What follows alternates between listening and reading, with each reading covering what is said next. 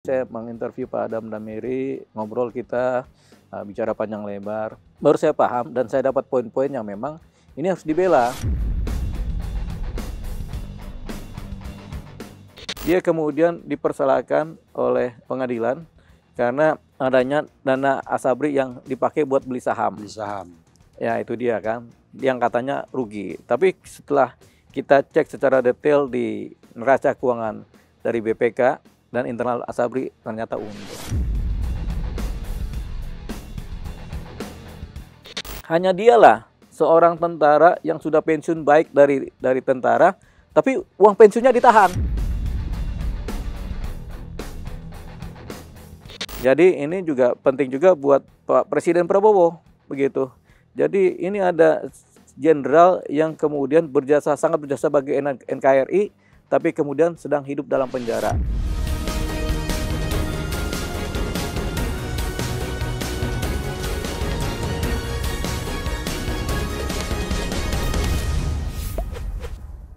Oke pemirsa, selamat datang lagi di spesial interview. Hari ini saya kembali berhadapan dengan Bang Deo. Tukar kursi lagi kita Bang ya? Ya Bang Ya, Firjan.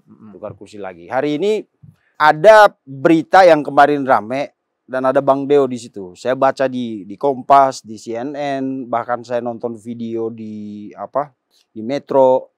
Sejumlah media besar itu memberitakan tentang kasus yang menurut informasi itu Bang Deo yang menangani. Itu Bang Deo berencana mengajukan PK atas kasus Pak Jenderal Purnawirawan Adam Damiri. Ya, Mayor Jenderal. Mayor Jenderal Adam Damiri. Kalau tidak salah itu kasus Asabri kan Bang? Ya, kasusnya cukup lama ya, 2000. Korupsi Asabri itu, korupsi Asabri. Kan sempat diputus 20 tahun oleh pengadilan negeri, Tipikor ya. Ya. Lalu oleh pengadilan tinggi waktu banding hukuman diputus 15 tahun, berkurang 5 tahun waktu itu. Sekarang Abang mau PK. Kenapa tiba-tiba ada di kasus itu, Bang? Ya, jadi ini Mayor Jenderal Adam Damiri ya, Purnawirawan ya. Dia ini terakhir setelah pensiun dia menjabat sebagai Direktur Utama Asabri. Direktur Utama Asabri. Kemudian sejak 2010-11 sampai 2015 dia menjabat dan dia kemudian pensiun di sana. Nah, kemudian perkaranya baru muncul tahun 2020-an. 5 tahun kemudian tiba-tiba ada perkara Asabri di mana dia kemudian dijerat dugaan korupsi. Padahal itu sudah berganti pimpinan. Nah, sudah ada pimpinan baru yaitu 2016 ke 2020 itu ada siapa? Pimpinan baru namanya Sony Wijaya. Sony Wijaya ya. Iya. Ya, tapi kita nggak cerita ininya dulu ya. Tapi memang saya menangani upaya peninjauan kembali dan membela kepentingan hukum dari Mayor Jenderal Purnawirawan Adam Damiri. Nah, pertanyaan tadi kan kenapa saya membela beliau? Iya. Begitu. Ya, pertama memang pihak keluarga dan Adam Damiri sendiri minta bantuan kami dan bantuan tim kami untuk kemudian mengupayakan upaya peninjauan kembali. Biasanya kasus-kasus korupsi seperti ini saya agak jarang menangani. Saya juga jarang menangani. Karena kita kalau ada orang korupsi memang kita udah nggak suka duluan kan. Tapi kemudian kita mendapatkan risalah, kemudian cerita, dan kemudian sebelum saya menjadi kuasa hukumnya Pak Adam Damiri kan saya interview dulu. Jadi saya menginterview Pak Adam Damiri, ngobrol kita, bicara panjang lebar. Baru saya paham dan saya dapat poin-poin yang memang ini harus dibela. Karena yang saya dapati beliau tidak bersalah. Begitu. Kenapa yakin? Begitu. Tidak bersalah. Nah, itulah kemudian setelah saya dapatkan dokumen-dokumen novum yang ada, bukti-bukti baru yang kemudian mau ditampilkan dalam peninjauan kembali, ternyata nih Pak Adam Damiri ini diperlakukan tidak adil oleh pihak pengadilan, begitu. Jadi ya sudah kita bela. Nah, cuman terlebih dahulu kita harus bicara tentang siapa sih Pak Adam Damiri ini kan. Pak Adam Damiri ini adalah seorang lulusan Akademi Militer, Akabri tahun 72. Seangkatan. Lulusnya tahun 72. Beliau ini masuk di Akabri, Akademi Militer itu tahun 68. Jadi zaman PKI selesai, 67 fase itu Pak Adam Damiri kemudian masuk dinas militer ya. Sekolah Akabri dulu, Akademi Militer. Republik Indonesia kan, Iya. tentara RI ya. 68 lulus tahun 72. Nah, semenjak tahun 72 lulus itu beliau ini aktif sebagai tentara dan langsung aktif membela kepentingan negara Republik Indonesia. Dia kemudian 76. dalam fase-fase itu kemudian berkarir di tentara, kemudian langsung terlibat langsung dalam upaya perebutan Timor Timur. Jadi operasi Soroja 1-5. Ya, dia ikut dari pertama tuh. Jadi 76. Pak Adam Damiri ini memimpin operasi langsung Soroja. Dari operasi di Timor Timur ya, perebutan Timor Timur ya. Tahun 76, tahun 77, tahun 78, tahun 79, tahun 80, tahun 86, tahun 90-an juga dia. Ya, bahkan waktu saya baca sampai terakhir Timor Timur. Ya, sampai ketika lepas beliau yang mimpin juga begitu. Jadi beliau memimpin sebagai Pangdam Udayana kan pada waktu itu, dan beliau memimpin sebagai pimpinan tentara di sana. Sampai akhirnya beliau juga yang mau dikejar oleh pihak internasional untuk mau disidangkan, karena ada isu pelanggaran HAM waktu pelanggaran HAM itu kan. Jadi beliau juga yang menjadi yang dituduh dan bertanggung jawab pada saat itu. Sementara kan kebijakan mengenai Timor Timur ini kan kebijakan dari Orde Baru kan, dari zaman Pak Soeharto mengadakan pembebasan Timor Timur kan, begitu. Jadi beliaulah kemudian yang memimpin. Nah, di fase-fase pimpinan beliau tentu ada Pak Prabowo Subianto yang ikut juga berperang di Timor Timur. Ada beberapa jenderal juga yang sekarang pensiun. Pak Luhut juga kan di Timor Timur. Nah, cuman Adam Damiri ini bagi saya anak tentara dan kita mengikuti perkembangan Timor Timur. Jadi Timor Timur itu banyak sekali tentara yang kemudian meninggal dunia menjadi korban peperangan tentara Republik Indonesia. Begitu. Jadi ada yang matinya dipotong-potong, ada yang matinya ini kan begitu kan. Dan selalu ada gambar-gambar itu waktu saya masih kecil, gambar-gambar tentang peperangan di Timor Timur, perjuangan tentara kita, ABRI kita zaman dulu itu kita lihat karena bapak kita suka bawa tuh. Begitu. Ini korban-korbannya kan banyak kan itu. Jadi kekejaman Timor Timur kita nggak tahu salah siapa, tapi yang jelas untuk kepentingan negara Republik Indonesia Pak Adam Damiri sekarang Mayor Jenderal Purnawirawan ya. Ini juga yang salah satu yang berjasa. Punya jasa besar. Jasa besar karena dari awal Timor perebutan Timur sampai Timor Timur lepas beliau ada di sana. Sampai referendum kalau tidak salah. Sampai referendum. Dia ikut memimpin itu. Ikut memimpin di sana. Sampai akhirnya penarikan pasukan juga beliau ada di sana. Jadi itu satu posisi di mana saya tergerak akhirnya dengan tim untuk membela kepentingan hukumnya Pak Adam Damiri. Apalagi setelah kita pelajari bukti-bukti baru yang ada, memang dia tidak sepenuhnya bersalah. Begitu. Begitu. Jadi itu dia. Nah, apa yang kita ingat? Tentunya begini. Ada jasa-jasa seorang negarawan yang kemudian ini harus dilihat secara utuh. Betul. Ya. Orang yang sudah berperang mengorbankan jiwa raganya untuk kepentingan negara, berperang, banyak juga anak buahnya yang meninggal dan beliau selamat dan berperang terus begitu. Tiba-tiba sekarang kenapa ada di penjara? Berjeruji besi kan? Dengan kasus korupsi. Tapi setelah kita lihat ternyata dia juga nggak salah juga begitu. Nah, nanti saya cerita kenapa banyak bukti-bukti baru yang menyatakan beliau tidak bersalah, begitu. Tapi dia sekarang saat ini sedang di penjara. Saat ini dia diputus oleh pengadilan oleh Mahkamah Agung itu 16 tahun penjara dengan uang pengganti 17 triliun, begitu. Dan uang pengganti pun yang diambil itu bukan uangnya dari Asabri, uang beliau sendiri, uang pribadi beliau diambil itu untuk sebagai uang pengganti kerugian negara. Walaupun setelah kita pelajari ternyata yang disebut kerugian negara ini kerugian semu. Sebentar Bang. Nah, silakan. Sebelum ke situ, waktu kejadian Timor Timur itu saya kayak masih SD, SMP sampai SMA lah, SMA. Dan saya tahu bagaimana cerita tetangga yang waktu itu jadi tentara. Emang perjuangan emang di Timor Timur itu mengerikan ya. Walaupun itu masih waktu itu kita bilang wilayah kita, tapi perlawanan kaum Fretilin itu luar biasa. Nah, yang jadi pertanyaan saya Bang, tadi Abang bilang jadi ada dua poin yang saya tangkap di sini. Yang pertama beliau ini Pak Adam memiliki jasa yang besar untuk negara. Yang kedua, menurut Bang Deo, dia divonis dan sebenarnya tidak bersalah. Sebenarnya tidak bersalah. Tidak bersalah. Tapi kita mau clear dulu. kita bicara ini sama sekali tidak bisa diasumsikan bahwa oh kita mendukung korupsi atau karena orangnya kita kenal atau apa lalu kita enggak. Nah, makanya hari ini Bang Deo akan bedah juga ya. Kenapa Abang mengatakan dia tidak bersalah? Kalau tidak salah kan kasus ini terjadi karena ada kebijakan waktu itu dari Pak Adam Damiri jadi di Ruth Asabri, ada kebijakan membeli saham kalau tidak salah. Itu coba diceritain Bang, karena ini kasus lama dan mungkin orang sudah lupa ya. Jadi ketika Pak Adam Damiri menjabat di 2011 sampai 2015, beliau ini kan tentara, ditelepon sama satu orang jenderal supaya beliau ini kemudian harus memimpin Asabri.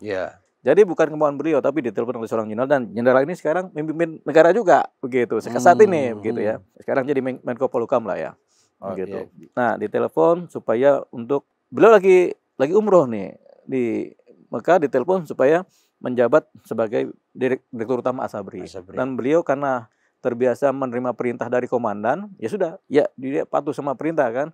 Nah, kemudian dengan RUPS menjabatlah beliau sebagai direktur Asabri. Itu atas permintaan Safri Samsudin. Ya, kira-kira begitu ya. Pak Safri yang minta. Jadi berangkatlah beliau dan kemudian mendapatkan atau menerima posisi sebagai direktur utama. Beliau ini kan tentara. Sebenarnya kalau tentara memimpin perusahaan ini ada yang bisa dan ada yang nggak bisa. Ada yang sudah paham ilmu berperusahaan, ada yang belum paham. Yang saya baca ketika beliau menjabat, mungkin beliau masih belum begitu paham ilmu berperusahaan, tapi beliau berani karena ada permintaan dari pimpinan, beliau kemudian menerima jabatan itu kan. Begitu. Nah, di bawah beliau ada beberapa manajer-manajer perusahaan. Asabri ini ada beberapa manajer, manajer keuangan, manajer marketingnya, kemudian manajer pengelolaan sumber daya keuangan, itu ada semua tuh. Nah, mereka ini mengelola semua itu kan. Karena dia jabatan direktur utama, ya tentunya dia memimpin dalam konteks memberi perintah, begitu kan. Tapi sebenarnya yang berpengetahuan menjalankan perusahaan adalah para manajer. Teknisnya para manajer, mereka yang tahu nih. Nah, pada suatu titik ada kemudian Asabri ini mengkolek sejumlah uang dari unit-unit ketentaraan. Kemudian uang ini kalau dibiarkan dalam posisi uang nganggur ini nggak akan berkembang, begitu. Ini kan ada suatu pemikiran namanya berperusahaan kan uang harus dikembangkan. Ada uang nganggur, sama kayak sekarang ini ada uang nganggur di BI. Terus kemudian Menteri Keuangan diputar dulu dong. Untung atau rugi yang penting uangnya muter dulu. Nah, ini yang kemudian dipikirkan juga oleh seorang Pak Adam Damiri. Dia sebelum Purbaya berpikir ke sana, Pak Adam sudah berpikir sana. Ya udah, uang itu diputar. Jadi uang ini kemudian dengan asumsi akan memberikan keuntungan bagi perusahaan Asabri, ya kan? Akhirnya beliau kemudian bersama para manajer itu, mungkin ini atas permintaan para manajer ini kan, membelilah saham-saham baru di perusahaan-perusahaan baru yang pada waktu itu dianggap berisiko, begitu. Nah, tentu kalau kita membeli saham, ketika membeli saham uang kan pindah, dapatnya saham. Tapi saham ini sepanjang saham ini belum ditransaksikan ulang, ini kan tetap saham milik Asabri. Nilai saham kadang-kadang naik tinggi, kadang-kadang turun rendah, begitu. Kalau pasar modal begitu ya. Nah, ketika ini kan pasar modal bicaranya kan. Nah, ketika beliau mengeluarkan uang atau Asabri mengeluarkan uang untuk pembelian saham, sahamnya stabil, tapi kemudian pada saat itu turun. Tapi ini kan saham fluktuatif, jadi sahamnya turun kan bisa dianggap rugi. Tapi ini yang namanya rugi semu, bukan rugi pasti. Karena sahamnya belum dijual. Kan belum dijual. Rugi itu kalau kita beli saham misalnya 1.000, lalu turun jadi 500, kita jual. Itu rugi. Baru rugi pasti. Itu rugi real. Rugi real, rugi pasti namanya. Bodoh sih kalau gitu ya, Pak. Nah, ini ketika mungkin pada waktu itu dia kenapa sahamnya turun kan begitu kan? Mungkin ini kan kasus mulai ditelaah itu kan sejak tahun 2018-19 itu kan. Soalnya kenapa Asabri uangnya berhamburan di persahaman? Kita harus melihat dulu jabatannya Pak Adam Damiri. Pak Adam Damiri ini selaku direktur utama, dia menjabat dari 2011 sampai 2015 ya kan. Tapi penelitian keuangan itu dari 2011 sampai 2020. Itu melampaui kewenangan dia ya, 5 karena tahun. Pak Adam Damiri 2015 sudah berhenti kan? Iya. Ya, dilanjutkan oleh Pak Sony Wijaya 2016 sampai tahun 2020-an kan. Nah, kerugian paling besar pada saat sahamnya fluktuatif itu ada ini kerugian semu ya. Kerugian semu paling besar adalah pada saat si Pak Sony Wijaya menjabat dari 2016 ke 2020 kerugiannya itu sampai 20 triliun kerugian semu. Nah, Adam Damiri itu 2 triliun kerugian semu juga. Karena sahamnya masih dipegang. Belum dijual. Gitu. Nah, itu dia. Tapi kemudian dalam persidangan ini dikumulatif. Pokoknya semuanya dilimpahin ke tanggung jawabnya Pak Adam. Adam Damiri. Jadi ketika dianggap kerugiannya 22 triliun, ya Adam Damiri bertanggung jawab semuanya. Dua-duanya. Padahal dia nggak melakukan transaksi pada tahun 2016 ke 2020 karena sudah nggak menjabat. Dia udah berhenti kan. Sudah ada begitu, makanya baru. 4 tahun kemudian setelah dia berhenti kaget, loh ada apa lagi nih? Begitu. Padahal waktu dia menjabat sebenarnya ada banyak keuntungan Asabri yang diperoleh. Uang masuk lebih besar daripada uang pengeluaran kan. Nah, cuman ada kerugian semu yang sedang berjalan pada waktu itu. Kerugian semu ini adalah saham yang dimiliki dinilai dengan nilai saham pada saat itu. Yang lagi turun. Padahal saham ini kemudian sebenarnya tahun sekarang ini malah menguntungkan. Nah. Jadi saham-saham yang dibeli sekarang ini, yang dibeli dulu oleh Pak Adam Damiri, sekarang malah untung dia. Itulah yang kemudian kita dapati sebagai suatu posisi pembuktian baru. Begitu di mana sebenarnya saham ini sebenarnya Asabri untung besar sekarang ini. Bukan rugi, tapi untung besar. Tapi orang yang mengerjakan ini di penjara. Iya, karena putusan pengadilan kan. Nah, kita punya beberapa novum, termasuk juga bagian-bagian putusan hakim atau pertimbangan hakim yang keliru, yang khilaf, yang kemudian kita pakai. Sebelum kita ke sana, Bang. Kan tadi Abang bilang 2011 sampai 2015 ya? Iya. Dan itu dikatakan mengalami kerugian semu. Iya. Tapi saya baca ini ya, dia punya penghargaan, Bang. Iya. Di tahun 2012 misalnya, dia dapat penghargaan apa? BUMN atau apa? Ada hampir setiap tahun itu dia dapat. Ya, ini sebagai pengelola perusahaan jasa keuangan atau apalah itu. Jadi kalau kita bicara profiling Pak Adam Damiri, jadi dia berharga buat negara kita ini semenjak dia menjadi tentara. Sudah berharga, sudah berjasa. Jadi dari tahun 72. Ketika dia kemudian menjadi tentara resmi lulus Akabri sampai dia pensiun tahun 2000-an ya. 2005 dia pensiun, dia berjasa terus memimpin ketentaraan ini, dan perang Timur Timur adalah di mana penghargaan atau jasa dia paling banyak, dan dia banyak mendapatkan bintang jasa. Ada bintang jasa Satya, mana nih kita baca, Satya Lencana Kesetiaan, bintang jasa bintang Kejora kan begitu kan, bintang Seroja 1 2 sampai 5 Bang. Ada sampai sampai operasi tim-tim 76, 78, 81, 84, 86, 99, 2002 sampai operasi di Aceh pun dia berjasa. Di Aceh juga ada ketika perang Aceh, dia juga berjasa juga mimpin peperangan begitu. Jadi kita berpikir kawan ini Pak Adam Damiri ini memang tugas pokoknya ada berperang, memimpin peperangan pada masanya kan begitu. Jadi ini adalah jasa yang paling besar dia buat negara. Jadi dia berjasa bagi negara kita, negara Republik Indonesia, di sisi ketentaraan, di sisi membela negara. Yang kedua, ketika dia menjabat sebagai Direktur Asabri sejak 2011-2015, sebenarnya sekarang ini Asabri untung besar ini. Begitu saat ini, udah untung besar. Dengan kebijakan dia beli saham Dengan kebijakan dia beli saham ini ternyata Asabri sekarang untung besar. Begitu. Nah, tapi kemudian ketika dia menjabat pun di Asabri dia mendapatkan banyak penghargaan. Nah, saya bacakan penghargaan yang diperoleh selama menjabat sebagai Direktur Utama PT Asabri ya, dari seorang Mayor Jenderal Adam Damiri. Ini penting, Mayor Jenderal Adam Damiri ini, karena banyak letting-lettingnya yang masih hidup dan sekarang ada di pemerintahan.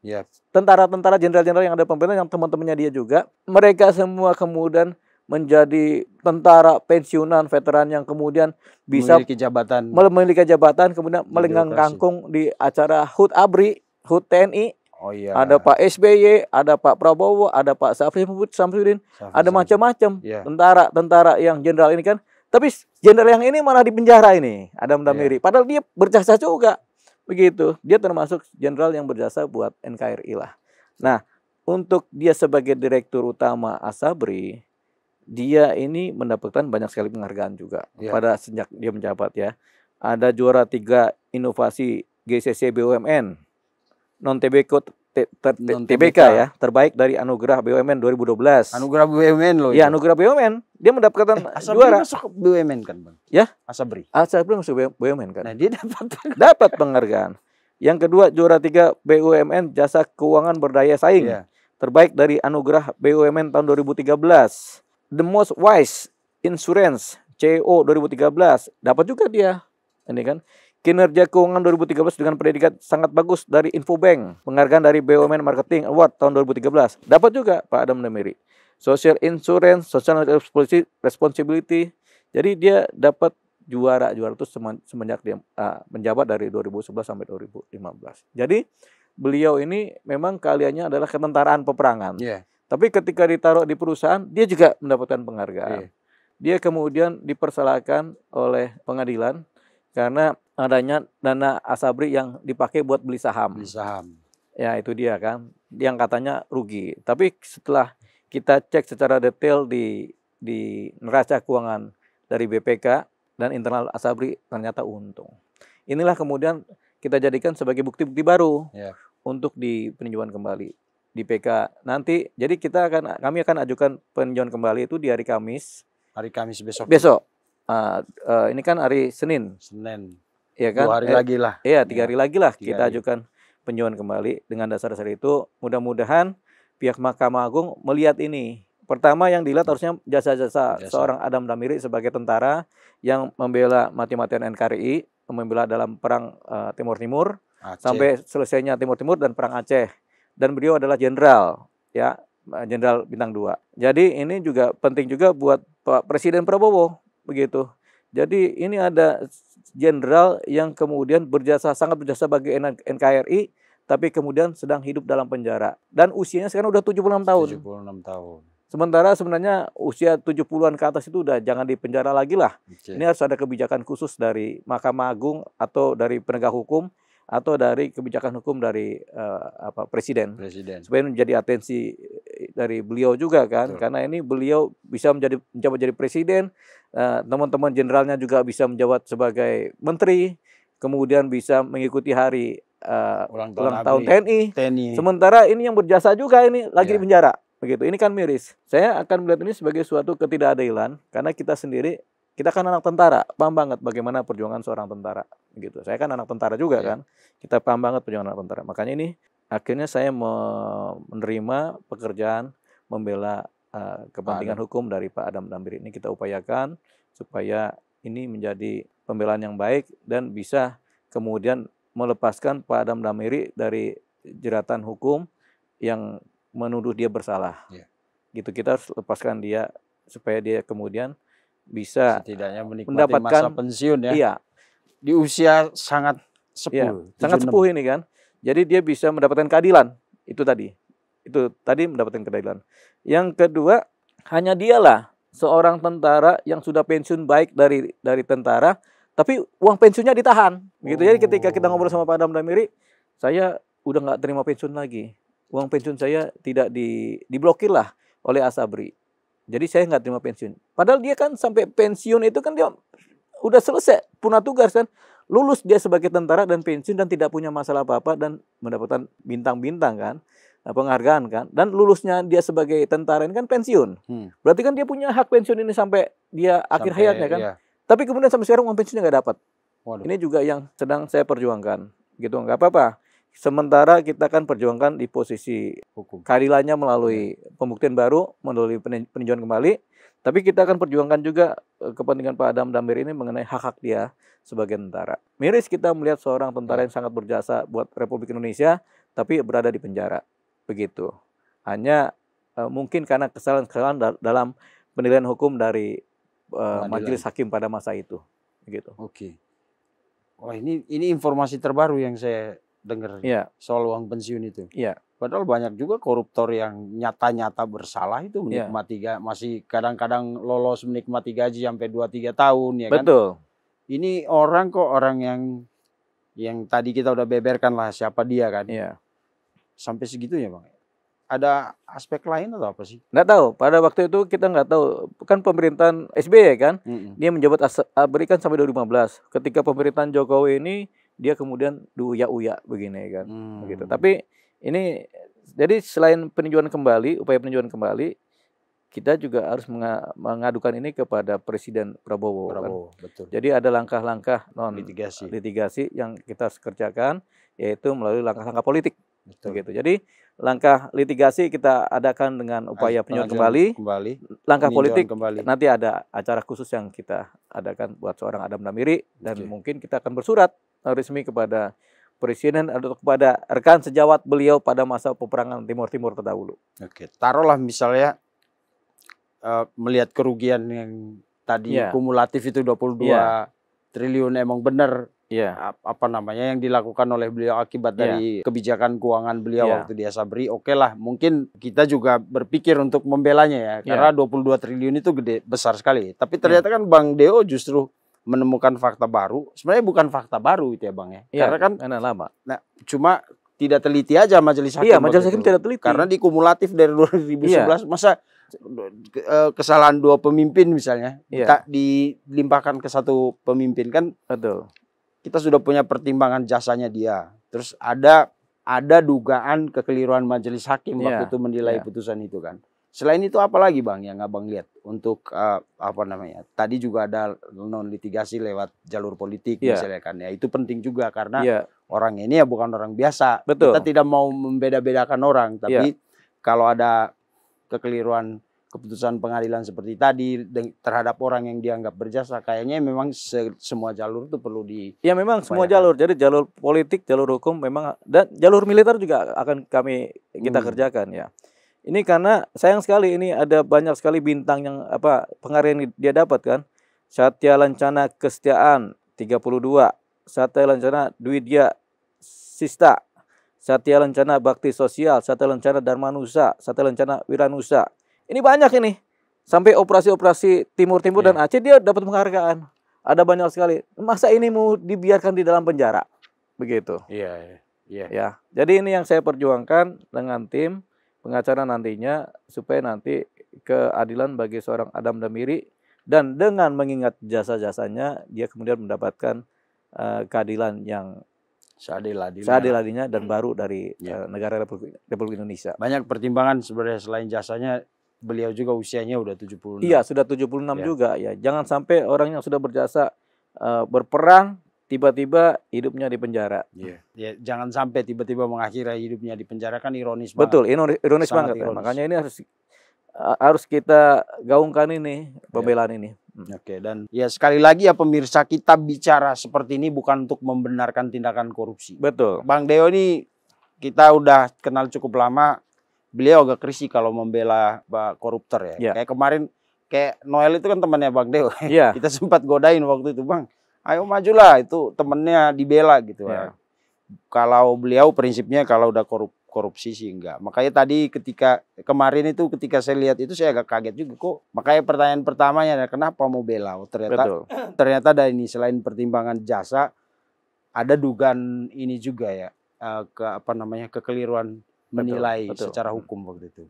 Jadi hari Kamis nanti ke Pengadilan Negeri Jakarta Pusat kita akan mendaftarkan upaya hukum peninjauan kembali terhadap seorang yang kita bela, yaitu Mayor Jenderal Purnawirawan Adam Rahmat Damiri, atau yang biasa dipanggil Majen Adam Damiri, yang usianya sudah 76 tahun, kemudian yang sudah berjasa banyak bagi bangsa dan negara Republik Indonesia, tentara yang lulus menjadi tentara dan kemudian pensiun sebagai tentara dengan pangkat bintang 2, dengan tanda jasa yang begitu banyak, tapi sekarang ada di penjara, yang potensi karena kekhilafan dalam putusan oleh majelis hakim yang memutus perkaranya. Ada lagi yang mau disampaikan? Itu saja dulu. Oke, begitulah pemirsa, sebagai negara hukum kita memang menjunjung tinggi asas keadilan atas dasar hukum dan undang-undang dasar yang berlaku di negara kita. Tetapi kadang-kadang dalam beberapa kasus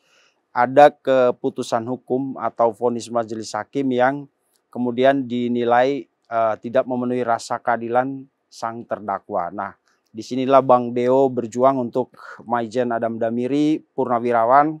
Mudah-mudahan perjuangannya membuahkan hasil, Bang. Mudah-mudahan, Bang. Kita bantu doa, pemirsa doakan juga. Sekali lagi kita tidak sedang membela koruptor, tapi yang pertama ada pertimbangan jasa, yang kedua ada pertimbangan bahwa keputusan hakim pada masa itu didasarkan ada penilaian yang salah ya. Iya. Karena tadi kerugian kumulatif. Memang waktu saya baca itu, Bang, lumayan juga 22 triliun itu. Iya. Tapi ternyata itu kumulatif dari 2010 dan sampai 2020. Sampai 2020. Padahal itu dua kepemimpinan yang berbeda. Betul. Oke. Dan itu yang akan jadi novum Abang ya. Salah satu mungkin ya. Salah satu novum itu Untuk dan beberapa dokumen-dokumen keuangan yang kita dapat. Ah, itu dia. Kemarin katanya mau bocorin, nggak jadi. Nanti aja. Nanti dibocorinnya di pengadilan. Karena kemarin kan ngobrol itu ada apa? Aliran dana apa gitu yang Abang mau bilang kan? Iya. Oh, berarti nanti kita bocorkan. Berarti novum yang tadi soal ada dugaan kekeliruan keputusan itu ya? Iya. Detailnya nanti Kamis kita ngobrol lagi. Betul. Oke, ya kita bantu doa, Bang, semoga perjuangannya ini berhasil supaya apa ya, orang-orang yang berjasa di negeri ini jangan sampai pensiun di dalam penjara. Gitu. Baik. Kita tidak lagi-lagi tidak membela koruptor, tidak membenarkan korupsi, tapi kalau ada hal-hal seperti ini kayaknya kita perlu bela juga. Ya. Baik. Terima kasih, Bang. Terima kasih, Bang Vincent. Siap. Ya. Pemirsa, sampai jumpa di episode selanjutnya. Terima kasih sudah menonton. Jangan lupa like, komen, share, dan subscribe video cumi-cumi.com.